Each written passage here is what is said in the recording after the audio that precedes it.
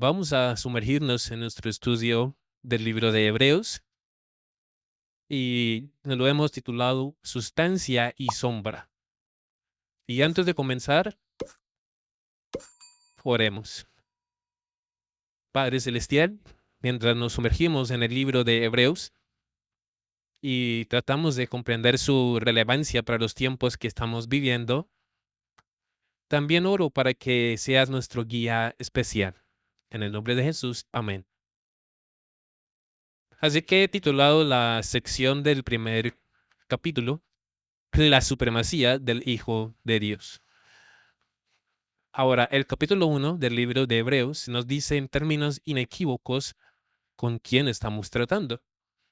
Es indiscutible una roca inamovible contra la que las puertas del infierno no prevalecerán, y la versión Reina Valera la titula correctamente La supremacía del Hijo.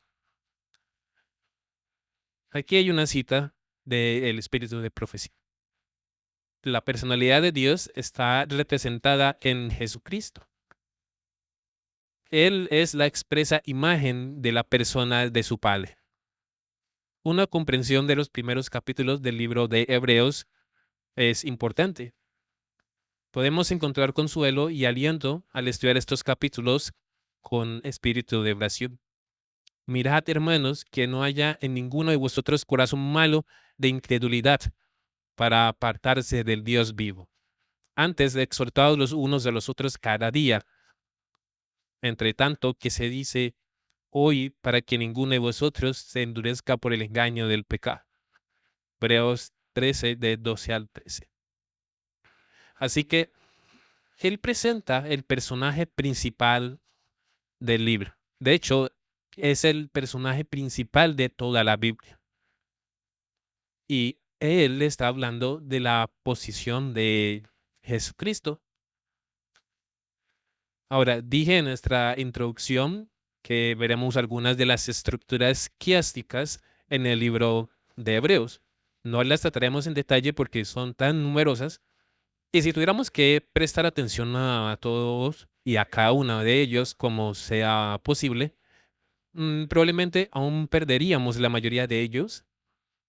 Y el propósito de este estudio es encontrar el corazón y la esencia del significado, particularmente para el tiempo en el que estamos viviendo. Pero por interés haremos un quiasmo por cada capítulo. Ahora, aquí hay una interesante que comienza de la siguiente manera. Tiene la estructura A, B, y luego al revés, A, B. Hebreos 1, versículo 2. En estos postreros días nos ha hablado por el Hijo, a quien constituyó heredero de todo y por quien asimismo hizo el universo. De modo que tenemos la declaración hablada por su Hijo. Ahora, en Hebreos 1, versículo 5 dice, porque a cuál de los ángeles dijo Dios jamás, mi hijo eres tú, yo te he engendrado hoy y yo otra vez. Así que fue la primera A, hablada por el Hijo, la segunda A, Hebreos 1, versículo 8, más el Hijo, dice tú, tu trono, oh Dios, por el siglo del siglo, centro de equidad en el centro de tu reino. Luego de la B, volvemos a la contraparte de la sección B. Aquí dice, pues a cuál de los ángeles dijo Dios jamás, siéntate a mi diestra hasta que ponga a tus enemigos por estrado de tus pies. Entonces, ¿qué hace este quiasmo en realidad? Nos dice cuál es la posición del Hijo. Es el creador de los mundos, y luego lo compara con los ángeles e introduce la supremacía del Hijo de Dios por encima de todos los ángeles. Así que este es el tema central, y lo que se supone que debe hacer el quiasmo es elevar estos pensamientos y hacerlos prominentes. Así que vayamos a este capítulo, versículo por versículo, y lo relacionaremos con otras partes de las escrituras. Hebreos capítulo 1 comienza con la palabra Dios. Y como dije antes, no comienza con yo, Pablo, comienza con Dios. Dios habiendo hablado muchas veces y de muchas maneras en otro tiempo a los padres por los profetas. Así que se refiere a las escrituras del Antiguo Testamento. En estos postreros días nos ha hablado por el Hijo, a quien constituyó heredero de todo y por quien asimismo hizo el universo. En el pasado, el Evangelio fue transmitido por ángeles, por profetas, fue expuesto a la gente, pero ahora ha llegado el momento en que habla directamente a la humanidad a través del Hijo, a quien ha designado heredero de todas las cosas y por quien también hizo el mundo. Así que si vamos a mi Biblia, aquí donde dice la epístola del apóstol Pablo a los hebreos, y vamos al principio, aquí dice, Dios habiendo hablado muchas veces y de muchas maneras en otro tiempo a los padres por los profetas, en estos postreros días nos ha hablado por el Hijo, a quien constituyó heredero de todo y por quien asimismo hizo el universo. Ahí identificamos al Hijo especialmente como creador. Así que tenemos al creador, luego progresamos al Salvador, al gobernante, a Dios mismo, en eterno, y a su nombre. Porque la Biblia dice que este nombre, Yahvé, el Señor, es el nombre del Padre, pero el nombre también ha sido puesto a su Hijo. Así que ambos se refieren como Yahvé.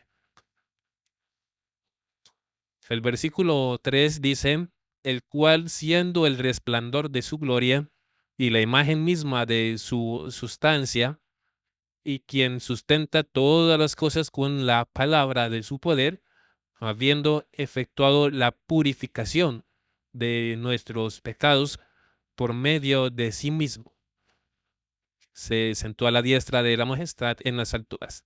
Yo no creo que uno podría plasmar estos pensamientos en palabras más sublimes que estas.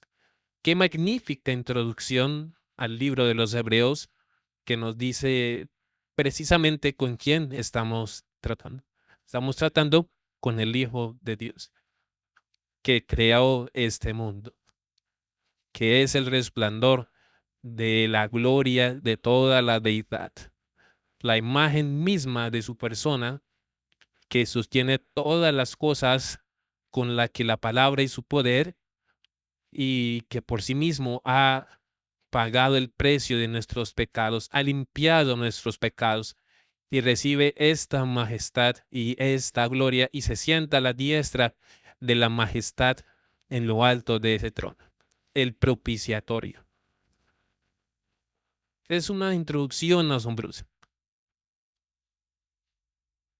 Si vamos al espíritu de profecía, leemos en Youth and Herald, Dios habiendo hablado muchas veces y de muchas maneras en otro tiempo a los padres por los profetas, en estos postreros días nos ha hablado por el Hijo.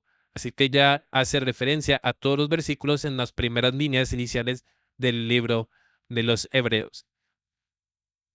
Hay quien constituyó heredero de todo y por quien asimismo hizo el universo, el cual siendo el resplandor de su gloria y la imagen misma de su sustancia, y quien sustenta todas las cosas con la palabra de su poder, habiendo efectuado la purificación de nuestros pecados por medio de sí mismo, se sentó a la diestra de la majestad en las alturas. Luego ella continúa diciendo, aquí la posición de Jesucristo en referencia a su Padre se trae a la vista, mientras que son uno en propósito y uno en mente. En personalidad son dos. Esta es una declaración muy, muy importante porque atraviesa el pensamiento popular en el mundo de hoy. Y si estudiamos lo que otros sistemas religiosos dicen sobre la divinidad, entonces este concepto de que el Padre y el Hijo Son personalidades distintas, pero una en mente. En ese sentido, uno es un concepto muy, muy importante. No aprenderemos de esto que debe haber unidad entre los creyentes. No hay ninguna razón por la que uno debería sentir que es necesario llevar a otros a la línea exacta de su propia individualidad. De modo que mientras estemos sujetos a las tentaciones de Satanás, cada uno de nosotros tenga todo lo que pueda atender para mantener una relación correcta con Dios. Que Cristo pueda hacer por nosotros su obra expiatoria.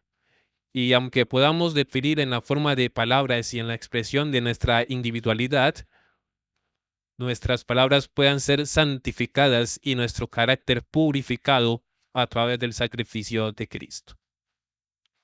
Así que, en otras palabras, lo que Pablo está diciendo aquí es que Jesucristo es la imagen exacta del Padre.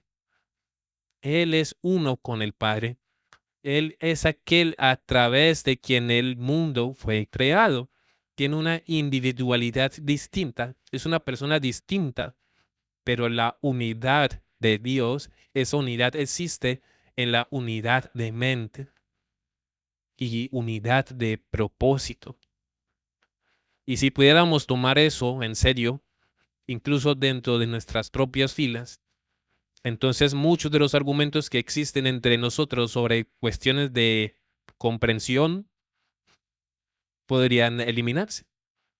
Romanos capítulo 8, versículo 34 dice, ¿quién es el que condenará? Cristo es el que murió, mas aún el que también resucitó, el que además está a la diestra de Dios, el que también intercede por nosotros. Y eso nos pone en línea con Hebreos 1, versículo 4. Hecho tanto superior a los ángeles, cuanto heredó más excelente nombre que ellos. Así que Jesucristo no se puede comparar ni siquiera con la hueste angelical. Es mucho más excelente que ellos, mucho más exaltado. La Biblia dice que por Él fueron todas las cosas creadas y sin Él nada fue creado. Todo viene de Jesucristo. Entonces, Él es uno con el Padre, es la imagen exacta. En Él habita toda la plenitud de la divinidad corporalmente. Así que, cuán apropiado es que esta epístola comience con esta palabra Dios. Y necesitamos mirar esa palabra en un poquito más de detalle y lo haremos en un momento. Y aquí cuando hablamos de Jesús, no debemos confundir la palabra hecho en el versículo 4. Hecho tanto superior a los ángeles como implicando que Cristo es un ser creado. Él estuvo allí desde el principio. En él estaba la vida no prestada y no derivada, pero fue mejor que cualquier otro por lo que pasó y estuvo dispuesto a pasar como veremos más adelante. Así que podemos interpretar esta porción de las escrituras y decir que Jesús es un ser creado. No, lo, lo que lo hizo mejor fue su ejemplo, la forma en que retrató en sí mismo el plan de salvación, lo que estuvo dispuesto a hacer para ir a la gloria al pesebre, para ir de la exaltación a la tribulación. Eso es lo que lo hizo mucho mejor y lo veremos a medida que continuamos en el estudio. Entonces, ¿quién es este Jesucristo? Esta es la carga del corazón de Pablo y debería ser la carga de nuestro corazón, porque si este es el caso, entonces Él no puede ser equiparado con ninguna otra deidad de cualquier otra religión o sistema mundial. Todos ellos tendrán que doblar rodillas y es la humanidad la que quiere quitarle la exclusividad a Jesucristo. y ponerlo al mismo nivel de los fundadores de todas las otras religiones que se están perdiendo la trama aquí. Por lo que es importante que entendamos con quién estamos tratando, y esta es la carga del corazón de Pablo. Dios habló. La palabra de Dios a través de su profeta y a través del Hijo, el Verbo hecho carne, la Biblia es como ningún otro libro. Contiene la huella divina. Ningún otro libro escrito hace cientos de siglos o milenios contiene tal nota armoniosa de amor, sacrificio y esperanza como lo tiene este libro. No está escrito para gratificar los sentidos ni para satisfacer la curiosidad. Está escrito para revelar el corazón divino y dejar al descubierto los asuntos de la gran controversia entre el bien y el mal, su origen, su solución y su culminación. Si Satanás ha tenido éxito en la mente de los hombres para alegorizar la Biblia, si Satanás ha logrado quitar la veracidad de la palabra y reemplazarla con suposiciones humanas y tradiciones humanas y fábulas humanas y rituales humanos, entonces hemos perdido la trama, porque la única solución para la humanidad, particularmente en el tiempo que vivimos, radica en estos versículos iniciales del libro de Hebreos. ¿Con quién estamos tratando?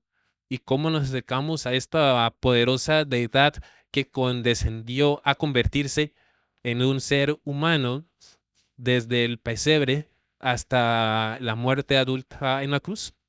¿Quién es Él y con quién estamos lidiando? Esto no es un libro de fábulas y es hora de que la humanidad lo acepte como la palabra de Dios.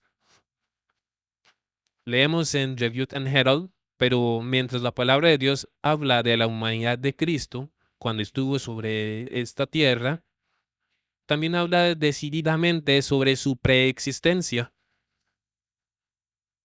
El Verbo existió como un ser divino, aún como el eterno Hijo de Dios, en unión y unicidad con su Padre.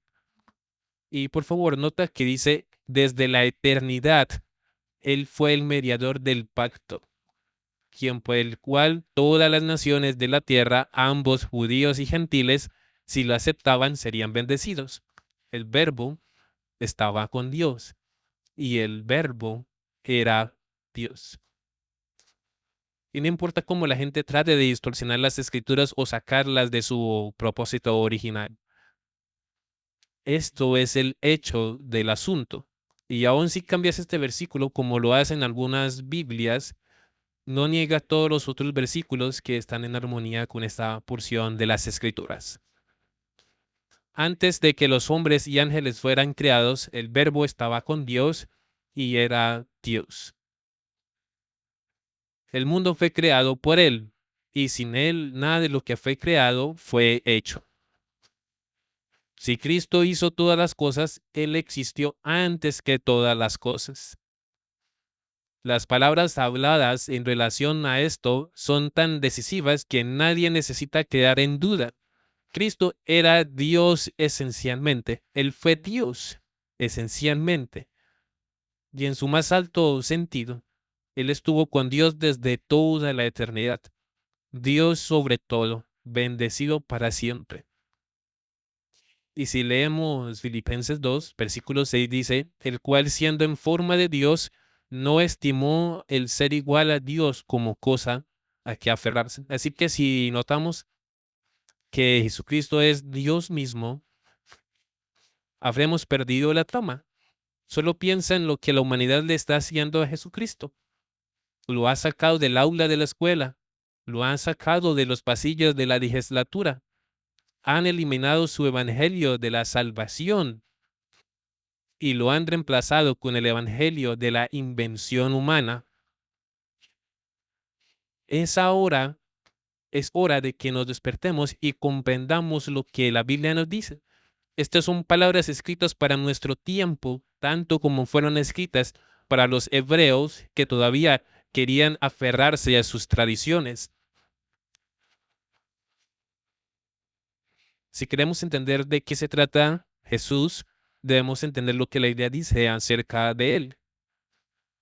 Si nos dirigimos a Salmos capítulo 2, versículo 1 en adelante, el título en la versión Reina Valera para esta sección es El reinado del ungido del Señor. ¿Por qué se amotinan las gentes y los pueblos piensan cosas buenas? Se levantarán los reyes de la tierra y príncipes consultarán unidos contra Jehová y contra su ungido. Detengámonos aquí por un momento. Exegéticamente, para el tiempo en el que el libro de Hebreos fue escrito,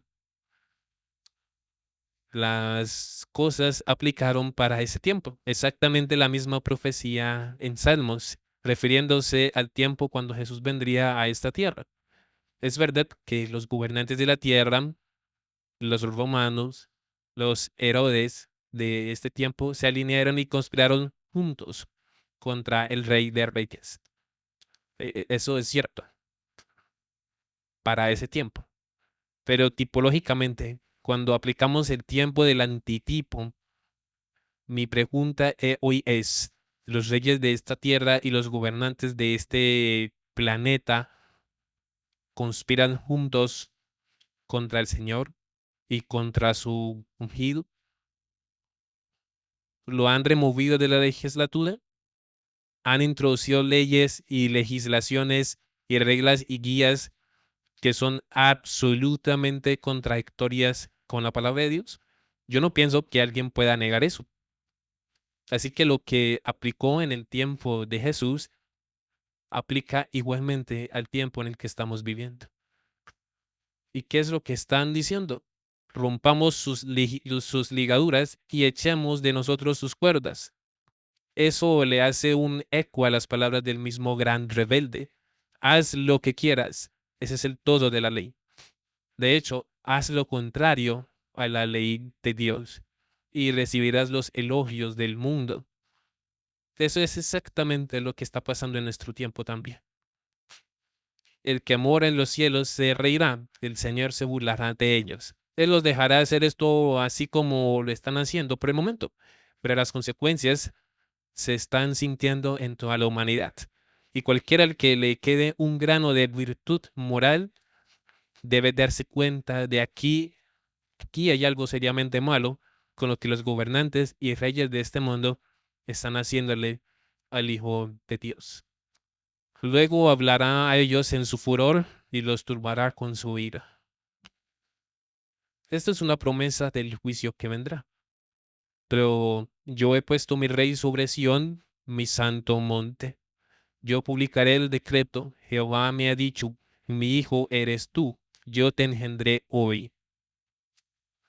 No ignores la posición del Hijo de Dios y ellos tendrán que darse cuenta que Él es el Señor de señores y Rey de reyes. El versículo 8 dice, pídeme y te daré por herencia las naciones y como posesión tuya los confines de la tierra. Cristo será el vencedor, no hay duda acerca de esto.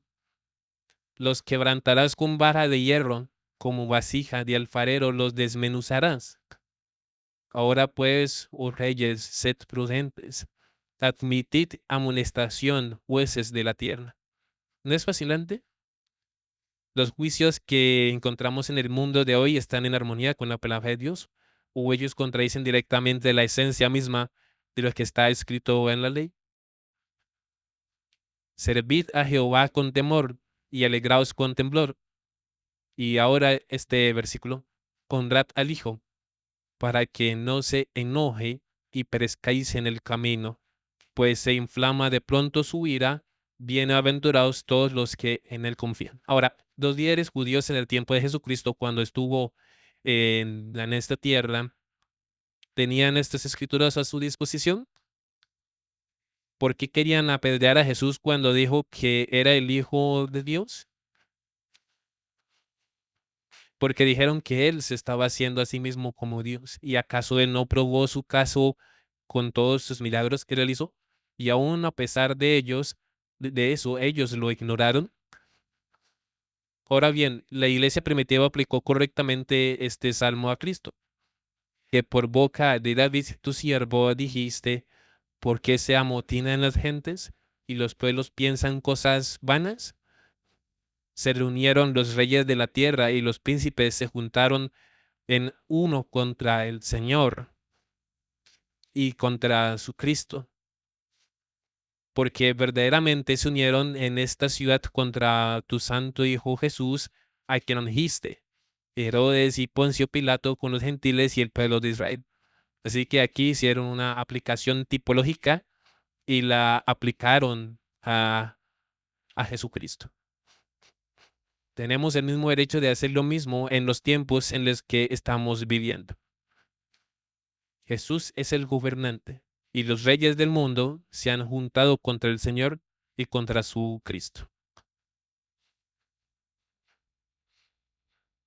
Y si continuando con el capítulo 1 en el libro de Hebreos, digamos al versículo 5, y este es un versículo fascinante, porque ¿a cuál de los ángeles dijo Dios jamás, mi hijo eres tú? Yo te he engendrado hoy.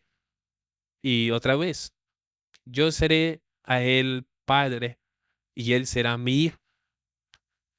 Y otra vez, cuando introduce el primogénito en el mundo, dice, adórenle todos los ángeles de Dios. ¿Qué nos dicen estos versículos? Nos hablan de la supremacía del Hijo de Dios. ¿A cuál de los ángeles dijo Dios jamás, mi hijo eres tú? A ninguno de ellos. Acá hay un arreglo especial. Y bien, la gente se confunde tanto con esta palabra engendrado. Y muchos relacionan esta palabra con el proceso normal de nacimiento, como vemos en la humanidad. Por ejemplo, pero este ejemplo nos dice, no tiene nada que ver con Cristo siendo un ser creado, porque ya lo hemos visto, que Él estuvo allí desde el principio y que estuvo siempre con el Padre. Hablaremos de esto más detalladamente en un momento. Y luego dice claramente, adórenle todos los ángeles de Dios. ¿Qué le hace esto al Hijo? Lo hace Dios, porque al Señor tu Dios adorarás y a Él solo servirás. Así que Jesús es Dios en esencia misma, el eterno juntamente con el Padre. Él es a través de quien todo fue creado. Así que no solo los ángeles deben adorarlo, los hombres también deben adorarlos. Lucas 24, versículo 51. Y aconteció que bendiciéndolos se separó de ellos y fue llevado arriba al cielo. Ellos después de haberle adorado volvieron a Jerusalén con gran gozo. Así que la gente, la hueste angelical, así como toda la humanidad, deben adorar. Y por lo tanto, Él debe ser Dios, porque solo Dios debe recibir adoración. Ahora bien, esta palabra engendrado aparece 3 veces en el libro de Hebreos. Aparece en Hebreos 1, versículo 5, y 5, versículo 5, y 11, versículo 17. Y no siempre es exactamente la misma palabra. En Hebreos 1, versículo 5 dice, porque a cuál de los ángeles dijo Dios jamás, mi hijo eres tú, yo te he engendrado hoy. Y la palabra ahí en griego es genoa.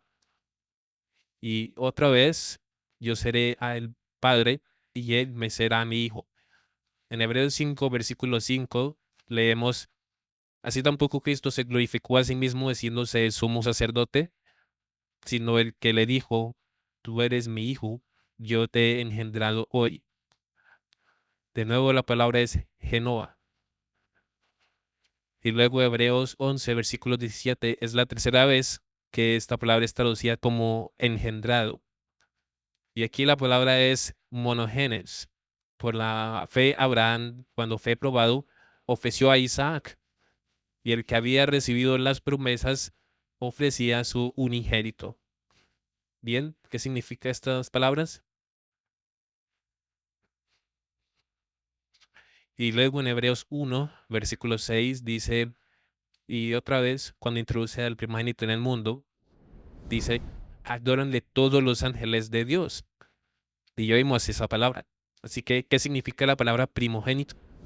Bueno, si vamos a la concordancia, entonces Prototokos significa una alternancia y da un número de concordancia a primogénito como nombre literal o figurativo. Primogénito significa nacer. ¿Aplica esto al nacimiento literal? Y si vamos a la palabra genoa, entonces, de acuerdo con esto, significa de hombres que engendraron hijos para nacer, de mujeres que dieron niños a luz, pero también tiene un significado metafórico, engendrar, hacer surgir, estimular, en el sentido judío, uno que trae a otros a su forma de vida, convertir a alguien de Dios haciendo a Cristo su hijo, de Dios haciendo a los hombres sus hijos a través de la fe en la obra de Cristo. Así que hay un sentido metafórico. Y bien, vamos en el sentido literal y hacemos de la sustancia una sombra, o vamos con el sentido más alto. Esto es lo que tenemos que decidir. Y la palabra monogenes significa único de su tipo, solo único en su clase, único, que no hay nadie más como él. ¿A quién de los ángeles se le ha dicho eso? A ninguno. No hay ninguno como él. No se le puede comparar con nadie. El único que es uno con el Padre.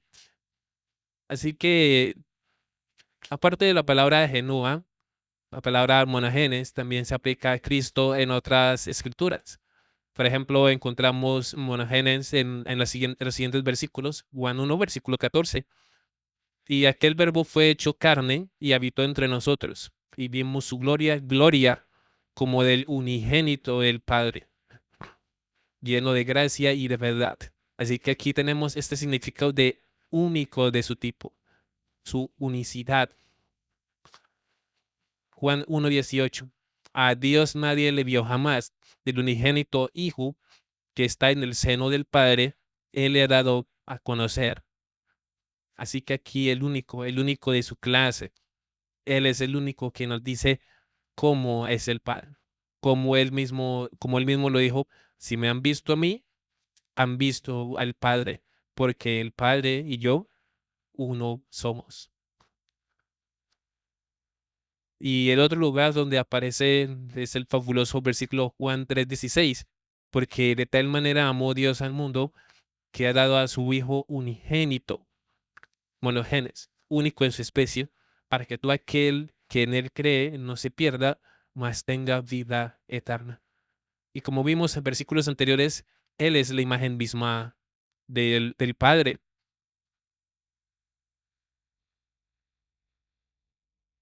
Aquí hay algunos versículos más que se refieren a Jesús como el único de su clase, el monogenes.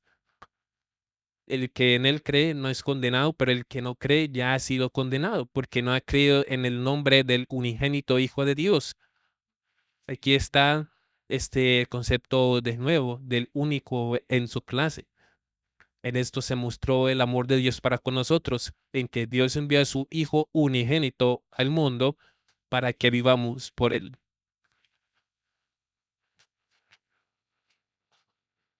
Así que esta es la carga de Pablo también en el libro de Hebreos para describir la unicidad del Hijo de Dios. Volvamos al conflicto de los siglos. Leemos el preexistente y autoexistente Hijo de Dios. Cristo es el autoexistente y preexistente Hijo de Dios. Al hablar de su preexistencia, Cristo lleva la mente a través de las edades sin fecha. Nos asegura que nunca hubo un momento en el que no estuviera en estrecha comunión con el Dios eterno. Él, a cuya voz los judíos estaban escuchando entonces, había estado con Dios como uno criado con él. Él es eterno. Nunca hubo un momento que no lo fuera. Ni siquiera hubo una fracción de segundo cuando no lo fuera. No es un ser creado, es coeterno con el Padre. Era igual a Dios infinito y omnipotente.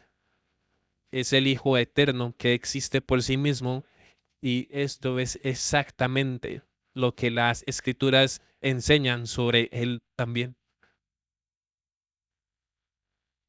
Y es desde la eternidad Mientras la palabra de Dios habla de la humanidad de Cristo, cuando en esta tierra también habla decididamente con respecto a su preexistencia. Hemos leído esto antes, pero leámoslo de nuevo.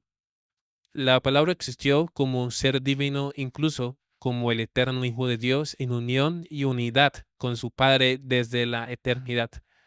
Él era el mediador del pacto, el único en el que todas las naciones de la tierra, tanto judíos como gentiles, si lo aceptaban, serían bendecidos. El verbo estaba con Dios y el verbo era Dios, antes de que los hombres o los ángeles fueran creados. La Biblia y el espíritu de profecía están absolutamente en armonía en este punto.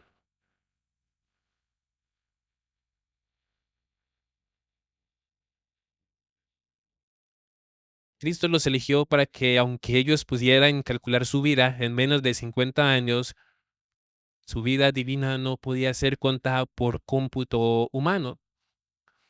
La existencia de Cristo antes su encarnación no se mide por cifras. Él estuvo allí desde toda la eternidad. Veamos cómo lo vio Martín Lutero. Es bueno cuando comparamos lo que la gente está diciendo, cuando sabemos que el Espíritu de Dios moraba en ellos, que los conmovió y trabajó en sus vidas. Lutero escribió: nosotros los cristianos debemos saber que si Dios no está en la balanza para darle peso, nosotros de nuestro lado nos hundimos en el suelo. Lo digo de esta manera: si no se puede decir que Dios murió por nosotros, sino solo un hombre, estamos perdidos. Pero si la muerte de Dios y un Dios muerto yacen en la balanza, su lado baja y el nuestro sube como una balanza ligera y vacía. A menos que se convirtiera en un hombre como nosotros, para que pueda ser llamado el agonizante de Dios, el martirio de Dios, la sangre de Dios y la muerte de Dios. Porque Dios en su naturaleza no puede morir. Pero ahora que Dios y el hombre están unidos en una persona, se le llama muerte de Dios cuando el hombre muere, quien es una sustancia o una persona con Dios. Así que Martín Lutero es firme en que Jesucristo fue Dios mismo. Después de todo, ¿quién puede recibir adoración sino solo Dios? Así que si continuamos con nuestro estudio en el libro de Hebreos, llegamos al versículo 7. Ciertamente de los ángeles dice: el que hace a sus ángeles espíritus y a sus ministros llama de fuego. Mas del Hijo, tu trono, oh Dios, por el siglo de los siglos. Cetro de equidad es el cetro de tu reino. Así que aquí él está citando las escrituras y dice concisamente que Jesucristo es Dios mismo. Has amado la justicia y aborrecido la maldad, por lo cual te ungió Dios, el Dios tuyo, con óleo de alegría más que tus compañeros. Y tú, oh Señor, en el principio fundaste la tierra y los cielos son obra de tus manos. Así que él reitera que Jesucristo es el creador de todas las cosas. Imagina que la humanidad aceptara este ideal en el libro de Hebreos. ¿Cómo cambiarían las cosas? Ahora, en la época de Jesús, los judíos se negaron a aceptar que Jesús era el Hijo de Dios. Pensaron en la blasfemia de que él se apropió del título que usó Daniel, hijo de hombre, y no pudieron correlacionar a Jesucristo con la imagen de Dios mismo. Y sin embargo, tenían las escrituras a su disposición. Podrían haberlos sabido. Hemos leído muchas escrituras del Antiguo Testamento que testifican del hecho de que hay un hijo y que él es el Dios mismo. Ahora bien, es interesante que si lees los primeros capítulos del libro de Génesis, 30 veces en el capítulo 1 de Génesis aparece la palabra Dios. Y en este capítulo que trata de la creación siempre está en forma plural. Ahora, esto es interesante. Y la palabra usada allí para Dios 30 veces está en forma plural en Génesis capítulo 1. En otros capítulos se usa el singular, pero cuando se trata del relato de la creación, 30 veces más la palabra está en forma plural. Elohim, dioses. Al es el singular y Elohim es la forma plural de ese nombre. Así que leemos en Génesis 1:26, por ejemplo, y Dios, Elohim, plural, dijo, hagamos al hombre a nuestra imagen, que también es plural, según nuestra semejanza, que también es plural, y que tenga dominio sobre los peces del mar y sobre las aves del cielo y sobre el ganado y sobre la tierra y sobre todo reptil que se arrastra en la tierra. Y si lo buscamos en la concordancia, nos dice que Elohim es plural, dioses, en el sentido ordinario, pero se usa específicamente en plural, especialmente en el artículo de Dios Supremo. Ahora, ¿cómo trataron los escribas judíos con esto aquí? Aquí claramente dice que el Dios que creó todo está aquí en el plural. Bueno, ellos dicen que esta conversación en su Talmud fue una conversación entre Dios y los ángeles, por lo que en este relato de la creación, Dios tuvo la conversación con los ángeles y les dijo, hagamos al hombre a nuestra imagen. Pero la Biblia dice claramente que los ángeles también fueron creados porque sin él no había nada que no hubiera sido creado por él. Así que, ¿con quién era realmente esta conversación? Si realmente hubiera querido, podría haber encontrado a Jesús en estos mismos versículos. Así que si vamos más adelante y estudiamos esto, Génesis 1:26 dice, entonces dijo Dios, hagamos al hombre a nuestra imagen. Génesis 1:26, hagamos al hombre a nuestra imagen conforme a nuestra semejanza. Ahora, algunas personas viviendo en el mundo hoy gritarían blasfemia, pero esto es exactamente lo que el versículo dice. Y si vamos a 1 Corintios 8:6 dice, para nosotros, sin embargo, solo hay un Dios, el Padre, del cual proceden todas las cosas, y nosotros somos para Él, y un Señor, Jesucristo, por medio del cual son todas las cosas, y nosotros por medio de Él. Y si vamos a Deuteronomio 6:4, encontramos, oye Israel, Jehová nuestro Dios, Jehová uno es. Y esta es la razón por la que los judíos rechazaron la divinidad de Cristo, porque dice, Jehová nuestro Dios, Jehová uno es. Pero veamos esto de una forma más cuidadosa. Hay dos palabras en hebreo para la palabra una, aunque son similares. Son diferentes en significado. Las dos palabras son ejot y iohit. La palabra iohit se usa en el sentido de absoluta soledad para la palabra ejot, que se traduce como uno, expresa y contiene el pensamiento de unidad. Frecuentemente tiene la idea de al menos dos, pero uno en pensamiento, acción y expresión. Eso es muy fascinante. Así que tenemos que ser muy cuidadosos cuando leemos estos versículos para saber lo que realmente quiere decir. Por lo que cuando Dios dice, hagamos al hombre a nuestra imagen, se está refiriendo a una conversación entre la deidad. Por lo tanto, leemos, por tanto dejará el hombre a su padre y a su madre, esto es Génesis 2, versículo 24, y se unirá a su mujer y será una sola carne. Así que en cada área ellos llegarían a ser uno, dos personas con un plan, un propósito. Esto viene de F.C. Gilbert, Lecciones Prácticas de la Experiencia de Israel para la Iglesia de hoy. Así que esta pequeña palabra, la cual implica una pluralidad, uno en propósito, en lugar de uno en ser, hace eco en la creación de la humanidad. Hagamos al hombre a nuestra imagen, varón y hembra, que él los creó para ser uno en propósito, pero no uno en individualidad. Así que la creación de la humanidad tendrá dos individuos que se supone que deben ser uno en propósito.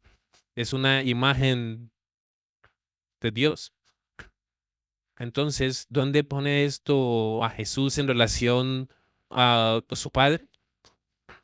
Uno en propósito, así como aquí en la tierra, la humanidad a su semejanza, uno en propósito, dos individuos, así es en el cielo.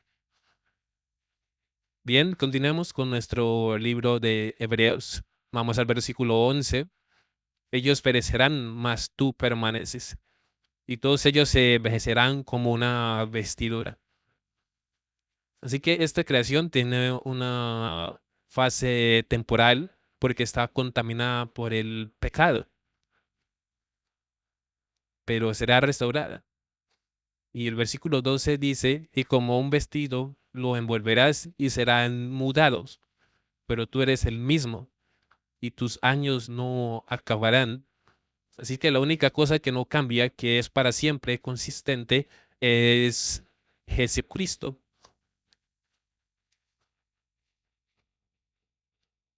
Pues, ¿a cuál de los ángeles dijo Dios jamás, siéntate a mi diestra hasta que ponga a tus enemigos por estrado de tus pies?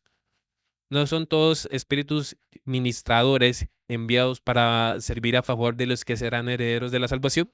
Así que, ¿cuál es el propósito de Pablo aquí al afirmar esto de esa manera?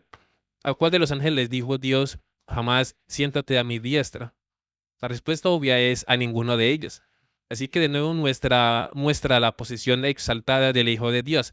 Resalta el punto de que los judíos tuvieron cada oportunidad para darse cuenta de la magnitud de lo que estaban tratando, pero escogieron ignorar. Mi pregunta es, en el tiempo que estamos viviendo, cuando estudiamos la palabra de Dios, cuando leemos las escrituras, tenemos cada oportunidad de darnos cuenta con quién estamos tratando, cuando estamos hablando de la posición del Hijo de Dios. ¿A cuál de los ángeles dijo Dios jamás, siéntate a mi diestra? ¿A cuál de los profetas le dijo él eso?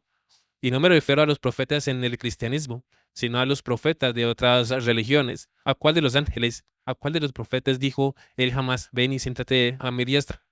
A ninguno de ellos. Si no posicionamos correctamente a Jesús, entonces vamos a terminar como está en el mundo hoy.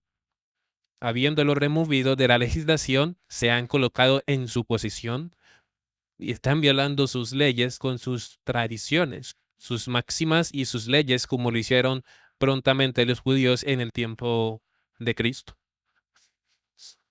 No son todos espíritus ministradores, no tienen un trabajo como tú y yo tenemos, enviados para servir a favor de los que serán herederos de la salvación. ¿Cuál es nuestro deber?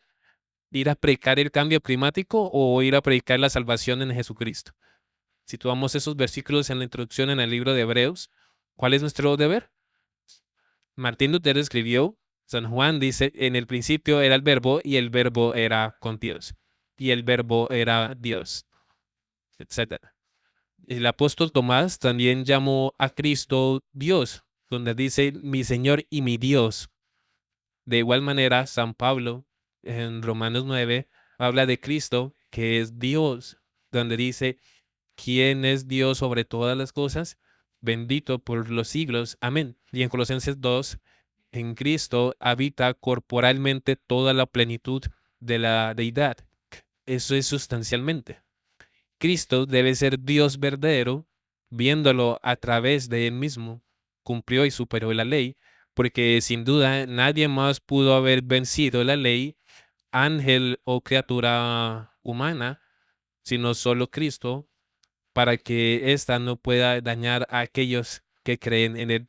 No debemos creer a este punto que Martín Lutero dijo que la ley ha sido eliminada, porque en otros lugares dice sucintamente que la ley se mantiene para siempre. Así que lo que él venció es la condenación de la ley. La ley nos condena a muerte, pero Cristo venció la condenación de la ley y nos da la vida eterna porque ha tomado el castigo sobre sí mismo. Esta es la base de la expresión. Esto es por lo que él es negado por la religión mundial e incluso en el catolicismo, y se supone que es el líder del mundo cristiano. Por lo que aquí Martín Lutero declara claramente su fe en la deidad del Hijo de Dios. Continúa. Por lo tanto, sin duda alguna, es el Hijo de Dios y el Dios natural. Ahora bien, si comprendemos a Cristo de esta manera, como lo muestra la Sagrada Escritura ante nosotros, entonces ciertamente es que no podemos errar ni confundirnos, y entonces podemos juzgar fácilmente lo que es correcto, sostener de todo tipo de cualidades divinas, religiones y adoración que se usan y se practican en el mundo universal. De ser esta imagen de Cristo removida de nuestra vista o velada a nosotros, innegablemente debe haber trastorno total. Debo decir con Martín Lutero que el trastorno total que encontramos en el mundo religioso hoy es porque esto es precisamente lo que han hecho. Han removido a Cristo de su trono y lo han reemplazado con una de las invenciones humanas.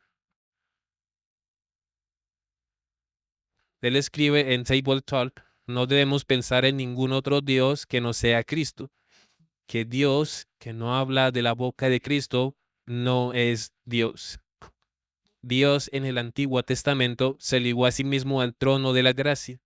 Ahí era el lugar donde él podría escuchar, siempre y cuando la política y el gobierno de Moisés se mantuvieran y florecieran.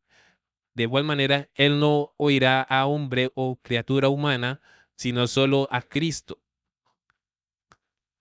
¿Tenemos la más mínima idea de lo que esto significa en el mundo hoy? Imagínate todos los sistemas religiosos en el mundo, y aquí él proclama, tal como lo hacen las escrituras, que si no venimos a Dios a través de Cristo, hemos perdido el rumbo. Nadie viene al Padre, dice la escritura, sino a través de él. Siempre y cuando la política y el gobierno de Moisés se mantuvieran y florecieran, de igual manera, él no oirá al hombre o criatura humana, sino solo a Cristo. ¿No nos pone eso en una carga evangelística? ¿No es tiempo de que pongamos a Cristo donde le pertenece estar? Como el número de los judíos que corren de un lado a otro, quemando incienso y ofreciendo aquí y allá y buscando a Dios en varios lugares sin mirar el tabernáculo, así pasa hoy. Buscamos a Dios en todas partes, pero no encontrándolo en Cristo. No lo encontramos en ninguna parte. Yo creo que ya es tiempo de que el mundo cristiano se levante y tome en serio el libro de Hebreos, el cual nos dice exactamente cuál es la posición de Jesucristo, de este Hijo altamente exaltado. También está escrito, Isaías capítulo 53, versículo 3: despreciado y desechado entre los hombres, varón de dolores, experimentado en quebranto, y como que escondimos de él el rostro, fue menospreciado y no lo estimamos. Y en Juan 1:11, a los suyos vino y a los suyos no le recibieron. Este es uno de los versículos más tristes en la Biblia. Que Dios nos dé sabiduría y gracia para colocar a Dios donde le corresponde, y como discípulos y profesos seguidores de Jesucristo, no es tiempo de alzar nuestras voces como trompetas y decirle al mundo que se está buscando a Dios aquí y allá, pero que si no lo están buscando en Cristo, no lo van a hallar en ninguna parte. Que Dios nos dé sabiduría para entender este libro. Y si ahora no sabemos con quién estamos tratando, ¿qué estamos tratando con el Hijo de Dios, el Dios creador, el Dios que es nuestro Redentor, quien es llamado uno con el Padre y su nombre es en él y se le llama Yahvé? Entonces no vamos a entender el resto de este libro. Así que Dios nos dé sabiduría en nuestro entendimiento. Oremos. Padre Celestial, ayúdanos a entender la supremacía del Hijo de Dios, que podamos ser testigos en el mundo del plan de salvación que fue concebido en el corazón de Dios y ejecutado por Dios mismo en la carne. Esta es mi oración en el nombre de Jesús. Amén.